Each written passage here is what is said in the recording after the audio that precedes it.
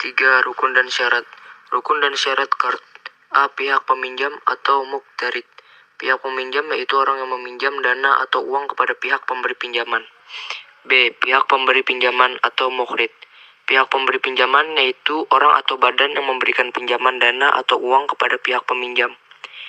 C. Dana kard atau barang yang dipinjam atau muqtarid. Dana atau barang di sini yang dimaksud adalah sejumlah uang atau barang yang dipinjamkan kepada pihak peminjam. D. Ijab qabul atau sigat.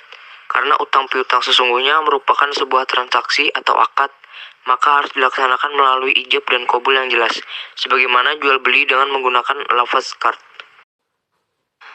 Syarat-syarat kard. A. Akad kard dilakukan dengan sigat ijab dan qabul atau bentuk lain yang dapat menggantikannya, seperti muatah atau akad dengan tindakan atau saling memberi dan saling mengerti. B. Kedua belah pihak yang terlibat akad harus cakap hukum, berakal, balik, dan tanpa paksaan. Berdasarkan syariat ini, maka kard sebagai akad terbau, berderma atau sosial. Maka akad kard yang dilakukan anak kecil, orang gila, orang bodoh, atau orang yang dipaksa, maka hukumnya tidak sah. C. Menurut kalangan Hanafiyah, harta yang dipinjamkan haruslah harta yang ada padanannya di pasaran atau padanan nilai atau mitsil. Sementara menurut jumhur ulama, harta yang dipinjamkan dalam kard dapat berupa harta atau apa saja yang dijadikan tanggungan. D. Ukuran, jenis, dan kualitas harta yang dipinjamkan harus jelas agar mudah untuk dikembalikan. Hal ini untuk menghindari perselisihan di antara para pihak yang melakukan akad kard. Rukun dan syarat akad hawalah. Dikemukakan pada umumnya bahwa keputusan suatu akad harus diawali dengan yang namanya rukun dan syaratnya dari suatu kesepakatan tersebut. A. Rukun hawalah. A. Sigat. Sigat adalah ungkapan serah terima pada pihak-pihak yang terkait, di mana di dalamnya ada proses ijab dari orang yang mengalihkan hutangnya atau muhil. Kemudian diterima dengan pernyataan persetujuan atau qabul dari pihak yang menerima kewajiban atas pengalihan utang. Bisa saja disebut muhalla ilahi. B. Pihak-pihak terkait.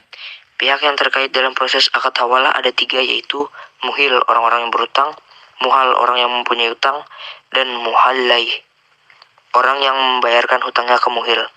Dalam masing-masing pihak yang terkait juga mempunyai syarat-syarat sendiri yang harus dipenuhi, supaya akad hawalah bisa menjadi sah untuk dipergunakan. Sifat objek akad hawalah yaitu mencakup keuangan atau finansial. Hawalah tidak berlaku untuk utang yang sifatnya seperti barang. Maka dari itu, agar bisa digunakan, utang harus memenuhi syarat sebagai berikut. Utang merupakan hukum dari suatu perjanjian yang sudah disepakati dan bersikap pasti. Oleh karena itu, tidak sahnya hukum mengalihkan hutang yang timbul dari suatu perjanjian atau perjanjian yang masih berlaku hak khiyar. Hawalah muqaddiyah. Pengalihan piutang yang menggunakan akad ini, jumlah utangnya yang harus dialihkan harus sama, sebab jika jumlahnya berbeda, maka hukum piutang tersebut. Pada hukumnya, pembayaran utang bisa saja dilakukan dengan cara tunai atau ditangguhkan, tapi tergantung dengan kesepakatan pihak tersebut. Dalam hal ini juga disyaratkan bahwasannya muhallai adalah orang yang terjamin akan memiliki kemampuan untuk melunasi utang tersebut. D. Ijab qabul. Dalam mengadakan pengalihan utang untuk menunjukkan kepada mereka, maka harus disertai dengan pernyataan ijab qabul, sigat al-kad.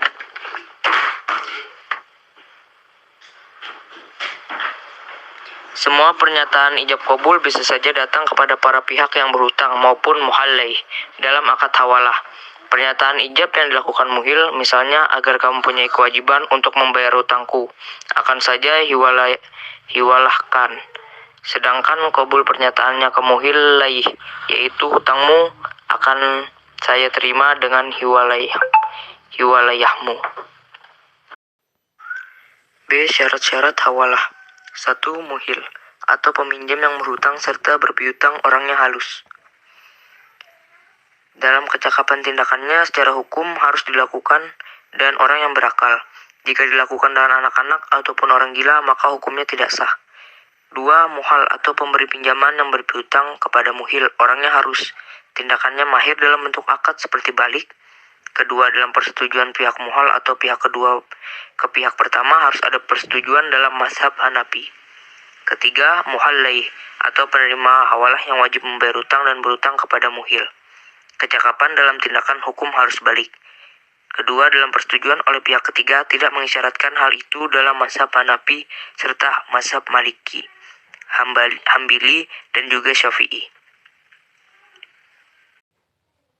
4. Muhal bih atau hutang. Utang muhil kepada muhtal diisyaratkan 1. Sesuatu yang dialihkan itu merupakan bentuk utang piutang yang sudah pasti, bukan sedang dalam masa khiyar. Para ulama bersepakat bahwasannya persyaratan ini berlaku pada utang muhal bin atau muhal bih, utang pihak pertama kepada muhal pihak kedua. Untuk utang muhal laih pihak ketiga kepada muhil pihak pertama, persyaratan ini menurut mazhab Maliki, Syafi'i, dan Hambali juga berlaku, akan tetapi tidak berlaku oleh mazhab Hanafi. Apabila pengalihan utang tersebut dalam bentuk hawalah muqayyadah, para ulama fikih sebelumnya sepakat bahwa baik utang pihak pertama kepada pihak kedua atau muhalbih maupun utang pihak ketiga terhadap pihak pertama harus sama rata jumlahnya dan kualitasnya. Apabila antara kedua utang itu terdapat perbedaan jumlah, misalnya utang dalam bentuk uang, ataupun pada perbedaan kualitas, misal dalam bentuk barang, maka hawalah tersebut tidak sah. Namun jika dalam bentuk pengalihannya hawalah mutlakah, sebagaimana yang dibenarkan oleh mazhab Hanafi, maka kedua utang tersebut tidak harus sama, baik dalam jumlah maupun kuantitas. Pada waktu jatuh tempo, kedua utang tersebut harus sama waktu pembayarannya. Jika jatuh tempo pembayaran utangnya terjadi perbedaan waktu, maka hawalah tersebut tidak sah. Ada pasal 321 yang mengungkapkan bahwa 1. Pemindahan utang atau hawalah, adanya utang tidak disyaratkan dari penerima hawalah atau pemindahan utang kepada pemindah utang.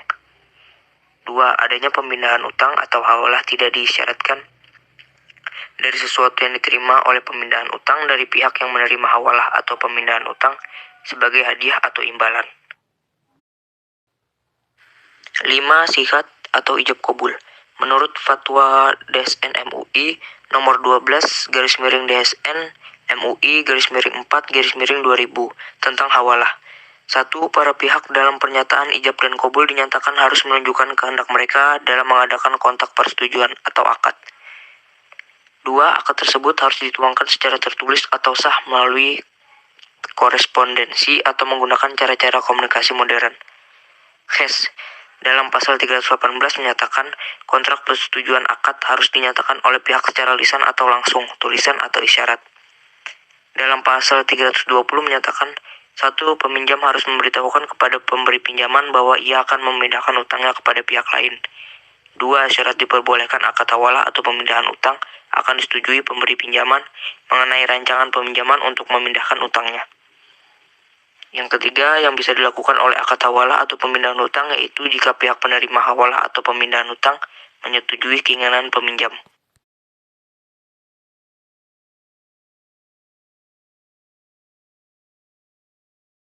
Aplikasi akad qard dan hawalah dalam lembaga keuangan syariah.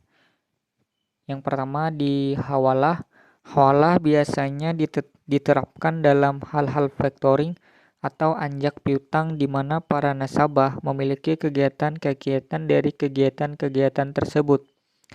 Lalu bank-bank melakukan kegiatan-kegiatan tersebut dan bank menagih dari pihak-pihak itu. Post debt check, di mana bank bertindak sebagai juru tagih tanpa membayar dulu piutang tersebut. Diskon tagihan kartu kredit syariah. Nasabah pada dasarnya memiliki utang kepada pedagang dengan membeli suatu barang atau jasa tertentu, misalnya, dan kemudian pedagang tersebut menagih kepada bank.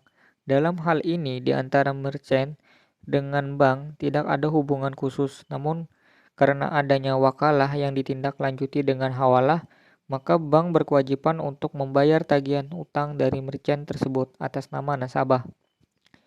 Dalam hawalah, mekanisme di lembaga keuangan syariah berdasarkan prinsip solidaritas dan saling membantu meringankan beban orang di tengah kesulitan dalam clearing utang mereka, sehingga tidak untuk mengganggu sirkulasi keuangan dan ekonomi dinamika dalam masyarakat.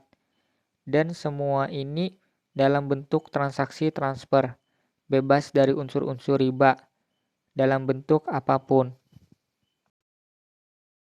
Di bagian card, pertama, akad card biasanya diaplikasikan di perbankan syariah dalam bentuk penyaluran dan zakat yang bersifat produktif.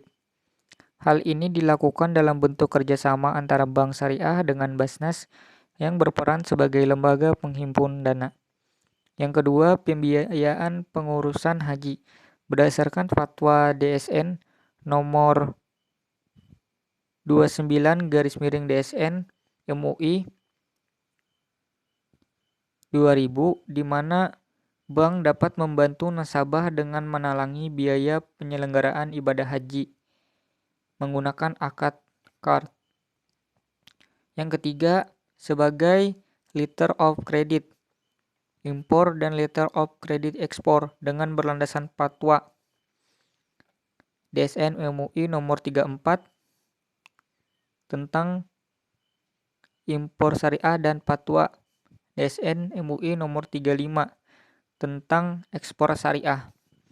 Yang keempat, pinjaman kepada pelaku UMKM dengan tujuan sebagai alternatif dari pembiayaan hijrah, jual beli, ataupun bagi hasil yang bila pembiayaan itu dianggap sedikit memberatkan nasabah. Hal ini bertujuan untuk menunjang pelaksanaan pembangunan nasional dalam rangka meningkatkan keadilan, kebersamaan, dan pemerataan kesejahteraan rakyat. Secara etimologi, qard merupakan bentuk masdar yang berarti memutuskan. Menurut Muhammad Syafi'i Antonio, qard adalah pemberian harta kepada orang lain yang dapat ditagih atau diminta kembali, atau dengan kata lain meminjamkan tanpa mengharapkan imbalan. Dalam pengertian lebih umum, hawalah dapat didefinisikan sebagai bentuk perjanjian yang dilakukan oleh tiga pihak, di mana tanggung jawab pembayaran piutang kesepakatan.